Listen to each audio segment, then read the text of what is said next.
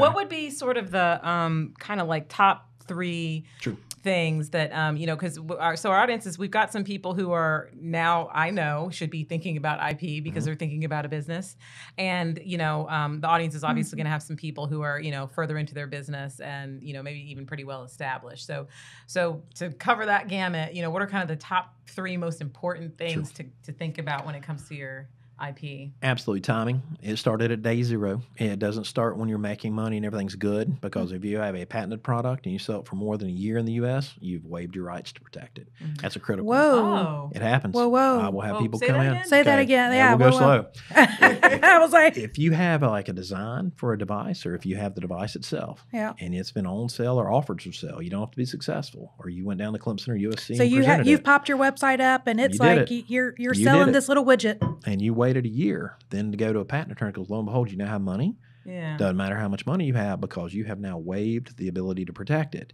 A second iteration of that point is, people get happy about their inventions. They go and talk about them. You have to be very careful, because if you want to protect your rights in a foreign country, most countries on earth, not the U.S., but most of the other industrialized first, second world countries are countries that demand that you must file a patent application with them first. So if you want to file a patent in India or Canada or Mexico, you need to disclose it to that patent office before you disclose it to anyone else. If you don't do that, you can't file a patent in that country. When you say anybody else, like who in that as in friends and family, but you can't go out and make a pitch to venture like a... If you did it under certain very tight prescriptions, like non-disclosure agreements, very hush-hush, very limited. But if you stand up and go to like 1,000 cups and start talking about what your invention is, trying to get a pitch solicitation, guys, you've spoiled your foreign rights. They require that they be a first disclosed absolute novelty to them. If you did not have an application on file when you stood up at 1,000 cups anywhere in town or anywhere else in the state or in the nation and talked about it, you've shot your foreign rights. You can't go to China. You can't go to Europe. You can't go to Canada. They're gone. Don't worry about it. Finished. You then triggered a year deadline in the U.S. And so if you're like the 3 of us and you get busy and you turn around in months or flipping on the calendar like there's a fan behind it, you might miss that year. Man. And it's like, whoa, that's a massive thing that happens. Again, failure to check those trademarks. You go out and you start using it. You haven't looked to see if it's clear. That's a huge number 2.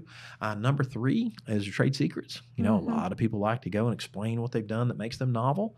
Don't do that. Trade secrets, first word should be shh. The second word is shh, and the third word is always shh.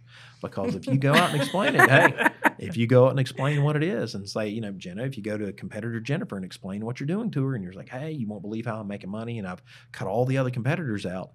Jennifer's completely fine to take and run with that. Whether she would or wouldn't, ethical issue.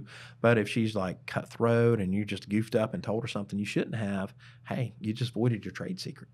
So those are the main things, right? They're the 3 biggie bigs, but there's some others too.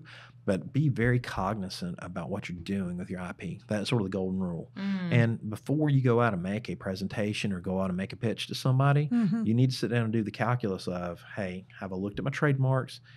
Am I damaging a patent? Am I saying too much and possibly damaging a trade secret? Yeah. To listen to the podcast, go to hellochaospodcast.com or wherever you like to listen or watch your favorite podcast.